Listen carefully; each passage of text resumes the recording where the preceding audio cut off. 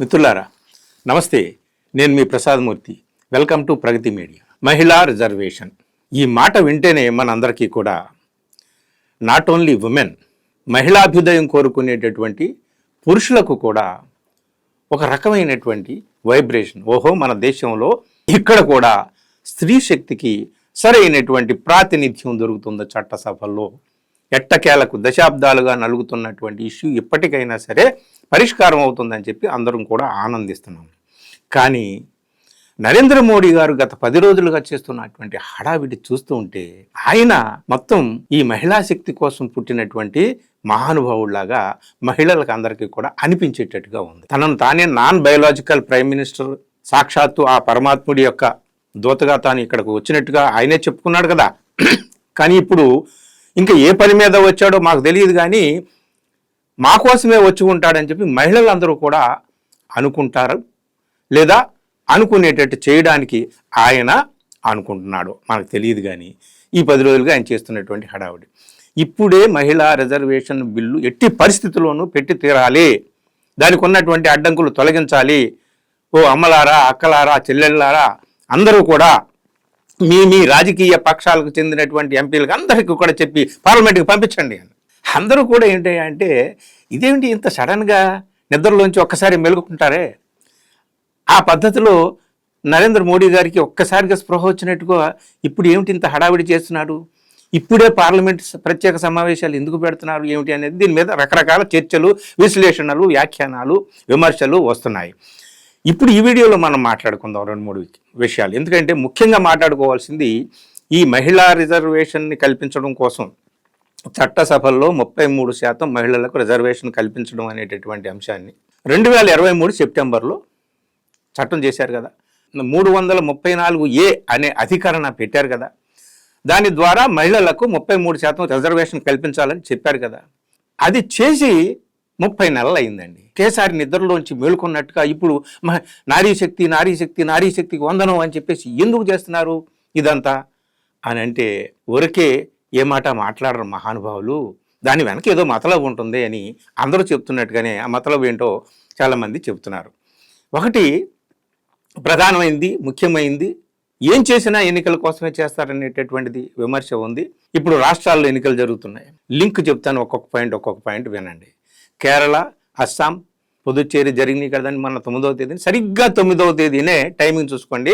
ప్రధాని నరేంద్ర మోడీ గారు రాష్ట్రాల్లో ఉన్నటువంటి అన్ని ప్రాంతీయ భాషల్లో ఒక వ్యాసం రాశారు, నారీ శక్తికి వందనం అని. ఎట్టి పరిస్థితుల్లో మహిళలకు కల్పించాలని. ఏది? కేరళ, అస్సాం, పుదుచ్చేరి ఓటింగ్ రోజున. అదేంటి ఓటింగ్ జరుగుతుంటుంటే ఇలాంటి ప్రకటనలు ఇవ్వచ్చా? ఆయన కంకణం కట్టుకున్నటువంటి ఆ నిబద్ధతను, నిజాయితీను మహిళల పట్ల ప్రదర్శించడానికి ఆయన వ్యాసం రాశాడని చెప్పుకోవచ్చు. కానీ it's also a kind of election propaganda కదా. ఎన్నికల సంఘం ఎలా ఒప్పుకుంది? ఎన్నికల కోడ్ ప్రధానమంత్రికి వర్తించదా అంటే వర్తించదు, ఎందుకంటే ఆయన మామూలు ప్రధాని కాదు కాబట్టి. సరే, సరిగ్గా ఆ రోజున మళ్ళీ ఇంకొకటి 13వ తేదీన ఎక్స్లో ఒక పోస్ట్ పెట్టాడు. అమ్మలారా, అక్కలారా, తల్లులా అందరూ, మీరందరూ కూడా మీ ఎంపీలకి నచ్చ చెప్పండి, ఈ బిల్లును పాస్ చేయాలి, ఇది మీకోసం నేను తీసుకొస్తున్నటువంటి బిల్లు, మీ అందరి అభివృద్ధి కోసం అని చెప్పేసి ఎక్స్లో మొత్తం దేశంలో ఉన్న మహిళలందరినీ ఉద్దేశించి పోస్ట్ చేశారు. ఆ నెక్స్ట్ డే ఢిల్లీలో నారీ శక్తి వందన సమ్మేళనం అని ఒకటి పెట్టి మొత్తం దేశానికి అంతటికీ కూడా మహిళలందరికీ కూడా ఒక సందేశాన్ని, చూసారా మీకోసం మేము ఎంత నిబద్ధతతో ఉన్నాము తీసుకురావడానికి అని చెప్పేసి. ఇదంతా కూడా ఎన్నికల స్టంట్ అని ప్రతిపక్షాలు కొట్టేస్తున్నాయి. ఇప్పుడు సరిగ్గా బెంగాల్లో 23వ తేదీన, తమిళనాడులో 23వ తేదీన, బెంగాల్లో ఫస్ట్ ఫేజ్ 23, తమిళనాడు మొత్తం కూడా 23వ తేదీన పోలింగ్ ఉన్నాయి. అవి అయిన తర్వాత దీని గురించి మాట్లాడదాం, ఏమిటంత అర్జెంటు అని ప్రతిపక్షాలు అడితే అబ్బే ఇప్పుడే మాట్లాడాలి అంటే అత్యంత కీలకమైనటువంటి ఈ 3 రోజులు బెంగాల్లో ఉన్నటువంటి ప్రతిపక్షాలకు సంబంధించినటువంటి కానీ టీఎంసీకి సంబంధించినటువంటి ఎంపీలు కానీ అక్కడ ప్రచారం చేసుకోకూడదు, వచ్చి పార్లమెంట్లో కూర్చోవాలి. తమిళనాడులో డిఎంకేకి సంబంధించినటువంటి ఎంపీలు కానీ, కాంగ్రెస్ ఎంపీలు కానీ, కమ్యూనిస్ట్ ఎంపీలు కానీ వాళ్ళందరూ వచ్చి తమిళనాడులో ప్రచారం చేయొద్దు, వచ్చి పార్లమెంట్లో కూర్చోవాలి. ఇదొక ఎత్తుగడ. అసలు ఇవన్నీ కాదండి, ఇవన్నీ కాకుండా మహిళలను ఆకట్టుకుంటే చాలు, ఎన్నికల్లో ఈజీగా విజయం సాధించవచ్చు అని చెప్పి బీహార్ ఎలక్షన్లో గమనించారండి మన మోడీ గారు. అదేమిటి, బీహార్లో ఎన్నికలు జరుగుతుండగా ఎన్నికల కోడ్ అమల్లో ఉండగా కనే 10,000 చొప్పున ప్రతి మహిళ ఖాతాలో వేసేశారు. అక్కడ గర్భ దరిద్రాన్ని అనుభవిస్తున్నటువంటి అత్యధిక శాతం మహిళలు అక్కడ ఉన్నారు. 10,000 ఖాతాలో చూడడం అంటే మాటల గుద్దిపాడేశారు. అప్పుడు అర్థమైంది గురువుగారికి, ఓహో మహిళా శక్తి ఇదన్నమాట అని చెప్పి. సరే, ఇప్పుడు బెంగాల్లో ఎట్టి పరిస్థితుల్లో మమతా దీదిని కొట్టాలని కదా ప్లాను. ఎన్నికల సంఘం తన పని తాను చేసుకుపోతుంది. ఇంకొక రకంగా కూడా ఇలా మెలిపెట్టి మహిళలందరినీ తన దారి తాను తెచ్చుకోవాలని చెప్పేసి ఈ సరిగ్గా ఎలక్షన్ టైంలో ఇది పెట్టారు. ఇదొక పాయింట్. ఇంకొకటి, ఒకవేళ ప్రతిపక్షాలు దీనికి అడ్డం పడ్డాయి అనుకోండి, ఎందుకంటే బిల్లు పాస్ చేయాలి, రాజ్యాంగ సవరణ తీసుకురావాలి అని అంటే ఇప్పుడు రాజ్యాంగ సవరణ ఎందుకు అవసరం అయింది అని చెప్తా. ఎందుకంటే ఆల్రెడీ రాజ్యాంగ సవరణ చేశారు కదా 23లో, ఇప్పుడు ఎందుకు అవసరం అయింది అనేది ఆ పాయింట్ చెప్తాను. ఇప్పుడు ఒక చిన్న పాయింట్ ఇక్కడ, ఇందులో కావాలంటే ఎందుకు అందరినీ కూడా మీ ఎంపీలను అందరినీ కూడా మీరు నచ్చజెప్పండి అని ఎందుకు చెప్తున్నాడే అంటే, దాదాపు 364 మంది సభ్యుల మద్దతు కావాలి, 293 మందే ఉన్నారు ఎన్డీఏకి. కాబట్టి ఒక 100 మంది దాకా దగ్గర కావాలి. ఎక్కడి నుంచి వస్తారు? మహిళల్ని బుట్టలో వేసుకుంటే వాళ్ళు ఖచ్చితంగా ఎదురు తిరుగుతారు. వాళ్ళ పార్టీల్లో ఉన్నటువంటి ఎంపీలకు ఎదురు తిరుగుతారు, లేదా ఆయా పార్టీల ఎంపీలు ఎవరైతే మహిళా ఎంపీలు ఉన్నారో ఖచ్చితంగా ఇటు రావాలి. ఇదొక రకమైనటువంటి వ్యూహం అండి. ఇది ఎన్నికల తతంగం. ఇంకొకటి ఏమిటయ్యా అంటే, అసలు ఇప్పుడు ఎందుకు రాజ్యాంగ సవరణ మళ్ళీ చేయాలి? 23లో చేశారు కదా, 334A అనేటటువంటి అధికరణ పెట్టారు కదా, అసలు ఆ అధికరణ ఏంటి? దాని గురించి 2 ముక్కలు చెప్పాలి మీకు. ఎందుకంటే ఆ అధికరణ ప్రకారం రాజ్యాంగాన్ని సవరించారు కదా, 131 సవరణ అంటున్నాం కదా, కాన్స్టిట్యూషనల్ అమెండ్మెంటు. దాని ప్రకారం ఏమిటయ్యా అంటే, వాళ్ళు చెప్పింది సెన్సస్ ప్రకారం, అంటే జనాభా లెక్కల ప్రకారం డీలిమిటేషన్ చేసి తర్వాత ఆ ప్రాతిపదికన మహిళలకు ప్రాతినిధ్యం ఇవ్వాలి, 33% ఇవ్వాలి. ఎందుకంటే ఎంతమంది జనాభా ఉన్నారో తేలితేనే కదా ఎన్ని సీట్లు పెరగాలి అనేటటువంటిది లెక్క తేలుతుంది.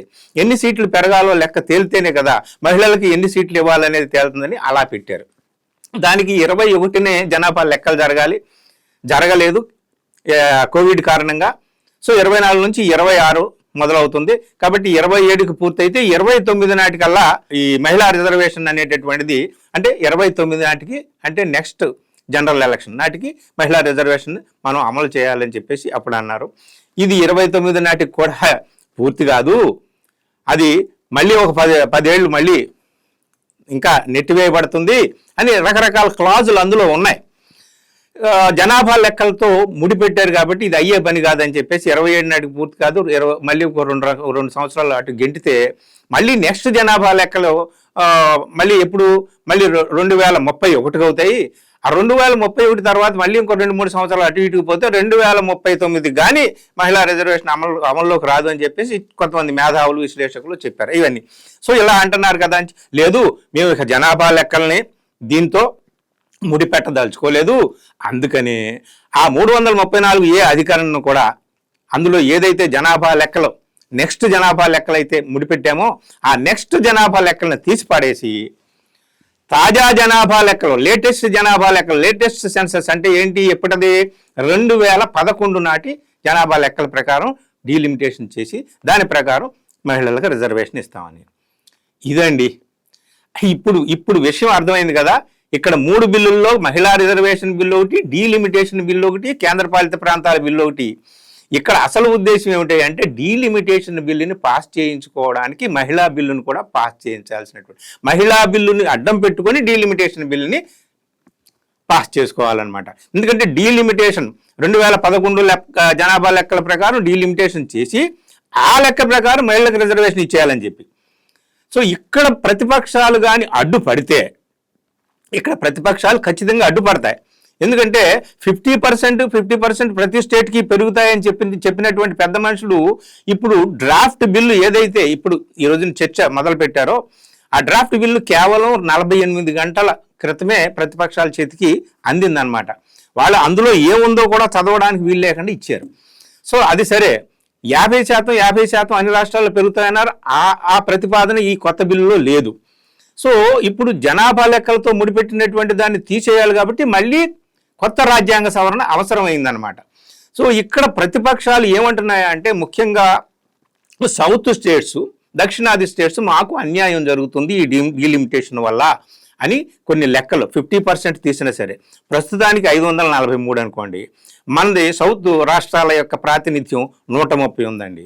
ఇదే జనాభా లెక్కల ప్రకారం తీస్తే 850 పక్కన పెట్టి జనాభా లెక్కల ప్రకారం కానీ తీస్తే ఏమవుతుంది అంటే మనకి కేవలం ఇంకొక 36 పెరిగే అవకాశాలు ఉన్నాయన్నమాట. అంటే 166 మాత్రమే పెరుగుతాయంట.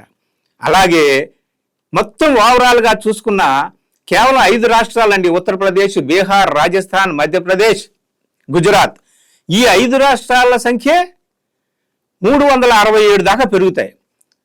చూడండి, మనకి కేవలం 36 పెరుగుతుంటుంటే వాళ్ళకి దగ్గర 200 దాకా 5 రాష్ట్రాల్లోనే పెరుగుతున్నాయి. కాబట్టి ఉత్తరాది ప్రాతినిధ్యాన్ని ఎక్కువగా పెంచుకొని ఏ విధమైన శాసనాధికారంలో మాకు ప్రాతినిధ్యం లేకుండా చేయడం కోసం మా సంపాదన కావాలి కానీ మా ప్రాతినిధ్యం అవసరం లేదు. ఇది దక్షిణాదికి జరుగుతున్న మోసం, దగా, కుట్ర. దీన్ని నెగ్గించుకోవడం కోసం ఈ బిల్లును పాస్ చేయించుకొని ఉత్తరాది ప్రాబల్యం పెంచుకోవడం కోసం మహిళా బిల్లును అడ్డుపెట్టారు.